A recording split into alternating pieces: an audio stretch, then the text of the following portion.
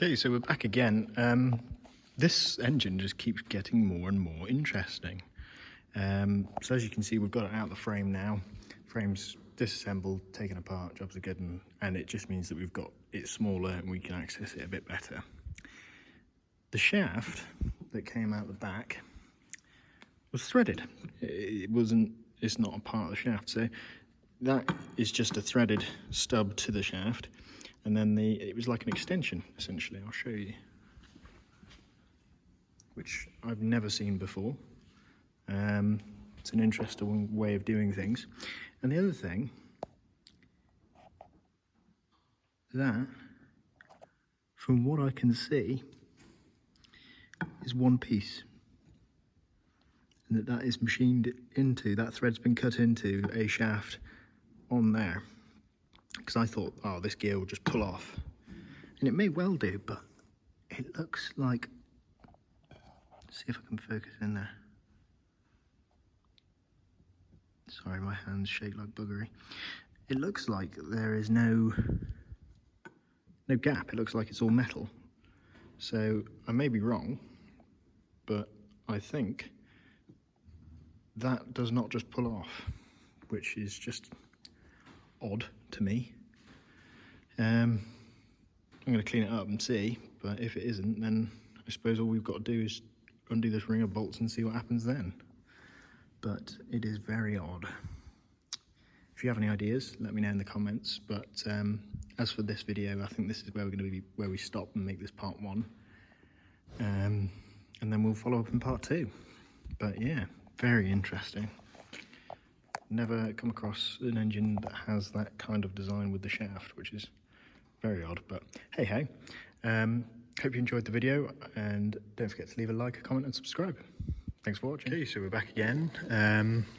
This is part 2 of the Grigg strip down, rebuild and restoration. We've managed to get the end cover off with the help of a puller and another little puller that managed to get the little sprocket off. So with that off, we've been able to expose this, and to my knowledge it looks as though if I were to undo this bolt, we'd be able to get in there and remove this conrod, which fortunately is all that needs to be done. I'm not going to bother taking out the crank. It is fine, the bearings are fine, you know, the bushes, the bronze bushes, because how this works is you've got a roller bearing here and then a little bronze bush, and that was nice and snug on this side. So we slide that on there, and it was nice and snug on the other side. So I'm going to argue that that's fine. I may well change my mind on that, but I'm hoping I don't have to. So what I'm going to do in the next minute or so is I'm going to remove this bolt, and hopefully with that out, the conrod should just slide out, I'm assuming. I'm hoping that's the case. You know, yeah. Can't see any reason why it wouldn't. So hopefully I've got a socket that'll fit on there that's thin enough to get around that as well. So we'll see. But I'll update you in just a minute. Okay, so I was wrong. So when I took that nut off the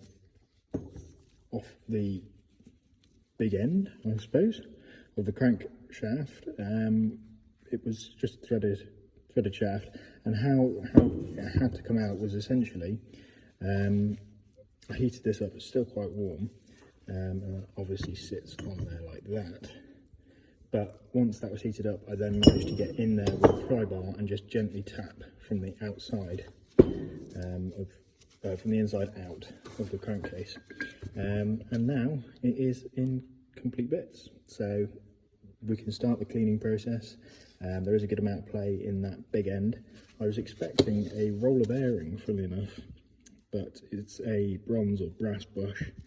And yeah, so I'm going to be sending that off to get some new bushes made. The little end's fine, funnily enough, by the looks of it. And yeah, and the only thing that's slightly concerning is there is a bit of a bend in that piston. which does concern me. I think that might be from getting it off. Uh-oh. We'll see about that. But yeah, we're getting there, and hopefully with everything cleaned up we'll be able to see some more and yeah, get it all sorted. But yeah, this is it for now. I'll probably do another video in a minute when it's all cleaned up and we'll go from there. Here's one for you. There's no number there. It's not as if it's been ground off or anything. It just looks like it's poor casting really. No numbers here, on there. The only number I can find is 50. So I wonder if that is the 50th. There's nothing on this side.